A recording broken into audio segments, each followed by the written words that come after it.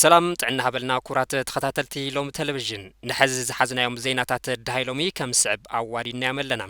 لايك شير سبسكرايب ناقوركم نختكتاتولنا نعدم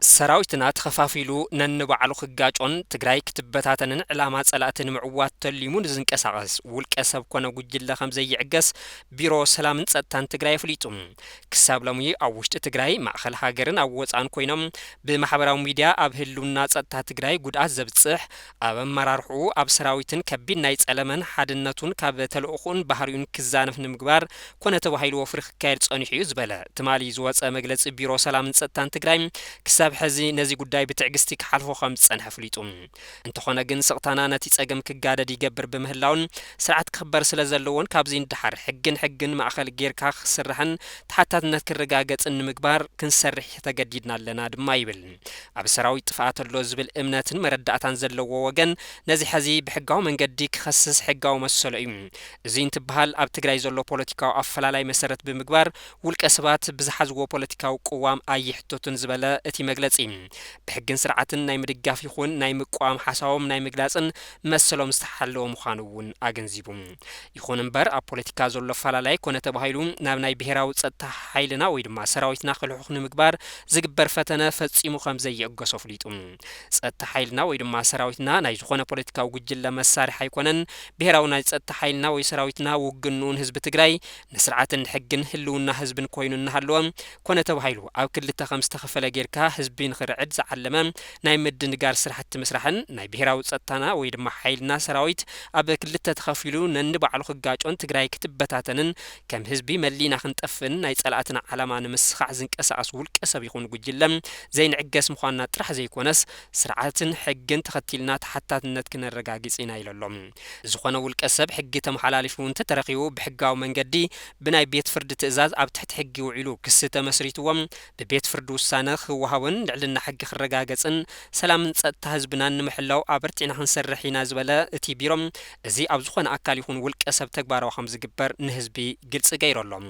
ነቲ መግለጽ ሲዒቡ ብዙሓት ሓሳባት እና ተልዓሉ ዝርከቡ ኮይኖም ኣብ ትግራይ ስርዓት አልቦነት ነጊሱ ነውርን ጠፊኡ ንጹህ ሰባት ኣብ አደባባይ እንትመቱም ስርቅን አፈናን ገንጊኑ ወፂኻ ንምእታው ዓቀብ ብዝኾነሉ ግዜ እቲ ቢሮ እንታይ ይሰርሕ ነይሩ ሕዝዳ እንታይ ተረኸበ ዝብሉ አይጠፍኡን አይፋሉን ዋላ እንተ ተደንጎየ ስርዓትን ሕግን ማ ክخبረለው ዝብል ሓሳብ ዘልዕሉውን አይተሳኑን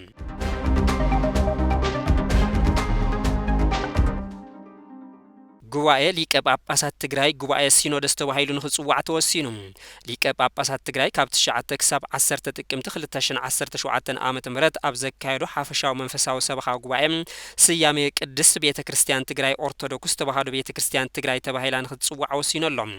ጉባኤ ሊቀ ጳጳሳት ዝብል ዝነበረ ድማ ብመሰረት ዝጸደቀ ሕገ ቤተክርስቲያን ቅዱስ ሲኖዶስ ኦርቶዶክስ ተዋህዶ ቤተክርስቲያን ትግራይ ተባሂሉ ንኽጽዋዕ ምውሳኑ ኣብ ዘውፅኦ መግለጽ ቅዋም ፍሊጦሎም ካብዚ ብተወሳኺ እቲ ሲኖዶስ ስትራቴጂክ ትልሚ 5 ዓመታት ዘጽደቀ ኮይኑ ብፁዕ አቡነ መርሃ ክርስቶስ ዋና ካይድ ስራሕ ብፁዕ አቡነ አረጋው ድማ ዋና ጸሐፊ ቅዱስ ሲኖዶስ ትግራይ ኮይኖም ን3 ዓመታት ንኸገልግሉ ምስያሙ አፍሊጦሎም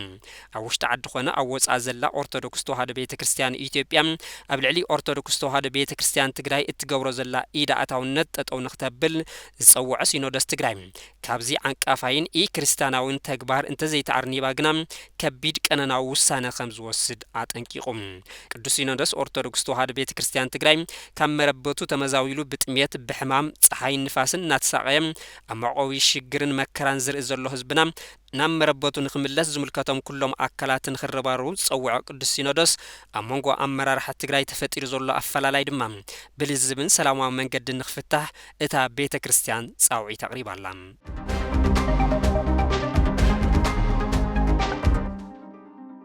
ኢትዮጵያ ኣብ ሶማሊያ ሰራዊታ ምውፋራ ዘምጽአቶ ለውጥ የለን እኳዳስ ምንቅስቃስ አልሸባብ ንኽውስኽ ምኽንያት ኮይኑ ይኽትብል ሶማሊያ ኸሲሳ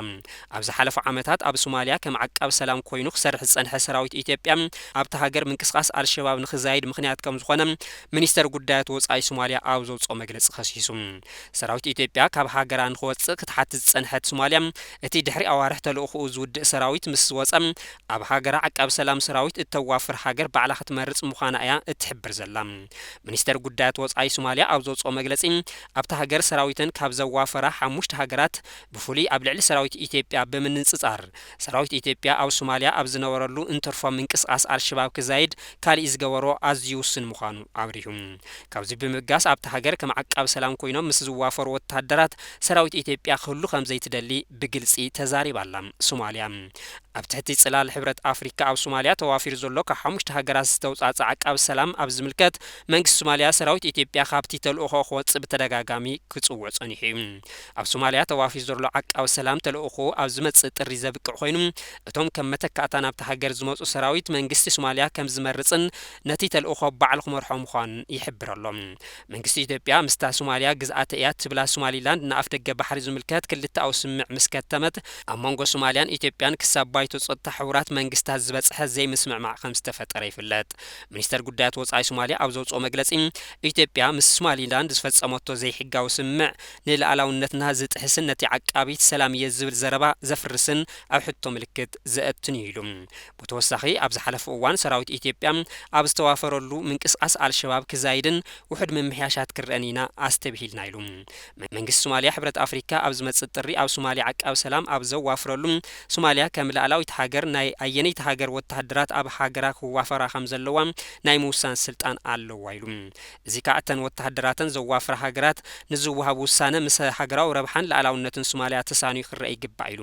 ኢትዮጵያ ንኣስታት 20 ዓመታት ሰራዊታ ኣብ ሶማሊያ ኣዋፊራ ምጽናሕ ዝፍለጥ ኮይኑ ድሕሪ ምሕርፋፍ ርክብ ዘን ክልተ ሃገራት መንግስቲ ሶማሊያ ሰራዊት ኢትዮጵያ ካብ ሃገራ ክወጽእ ብተደጋጋሚ ክጽውዕ ጸኒሑ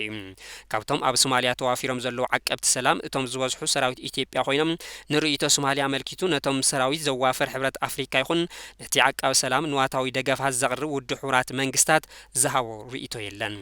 ኣብታ ሃገር ካብ ኬንያ ኢትዮጵያ ኡጋንዳ ቡሩንድን ጅቡትን ዝተውጻጸ ሰራዊት እዮም ከም ዓቃብ ሰላም ኮይኑ ይሰርሕ ዘሎ ፕሬዝዳንት ሶማሊያ ሐሰን ሼክ መሐሙድ ብዘይካ ናብ ኢትዮጵያ ናብ ኩለን ተን ሰራዊትን ኣብ ሶማሊያ ዋፊረን ዘለዋ ሃገራት ዑደት ድሕሪ ምክያድዩ እዚ መግለጺ ተዋሂቡ ዘሎ ኢትዮጵያ ብውሕዱ 3000 ሰራዊታ ከም ዓቃብ ሰላም ኣብ ሶማሊያ ከተዋፍርን ከላ ተወሳኺ ካብ 5 ክሳብ 7000 ዝኾኑ ሰራዊታ ከዓ ብስምምዕ ክልቲአን ሃገራት ኣብ ዝተፈላለዩ ክፋላት ሶማሊያ ኣዋፊራ ከም ዘላ ቢቢሲ ጸብጺቡ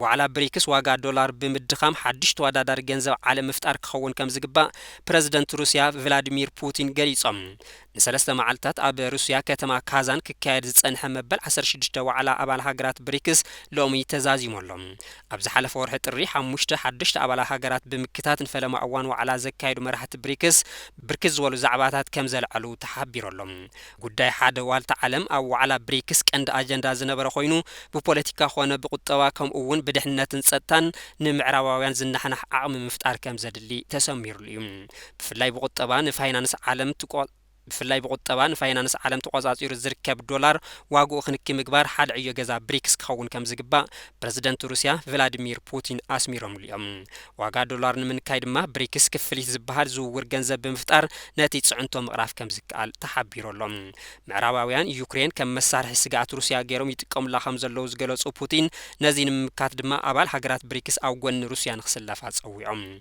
اب 2009 بريكس حزي ابالاتو كحمشتنا 10 كبب بيلولهم هزدما استا 30 هاجرات ابال بريكس نمخان حتو خمز اقربا እና ተገለጽ ይርከብ ኣብዚ ጉዳይ መራሕቲ ሃገራት ሩሲያ ህንድን ቻይናን ከም ዘተዩ ተገሊጾሎም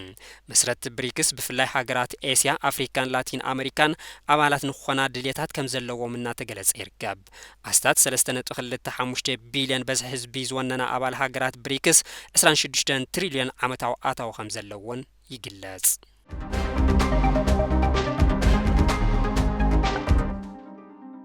كوراتن كورانن لومي زحزنايوم زيناتات الدحيلومي نزيوم يوصل نيروم سلازتخاتاتلكمنا بمسكان أبزيكن فليكم سلام دحانكم